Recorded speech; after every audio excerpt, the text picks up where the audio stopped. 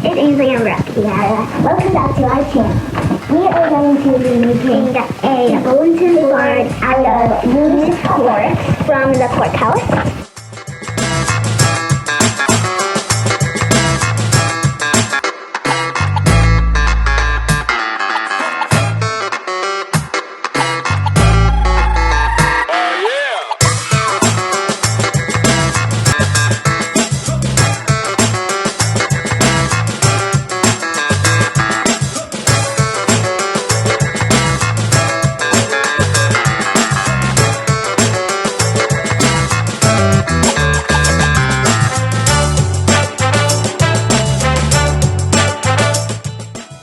Okay, so now we're gonna hot glue the pieces down.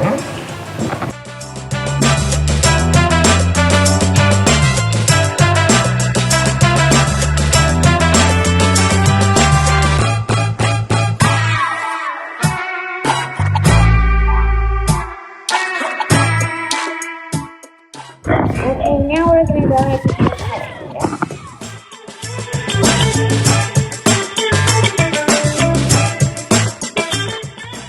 You are going to carefully flip it over. You are going to peel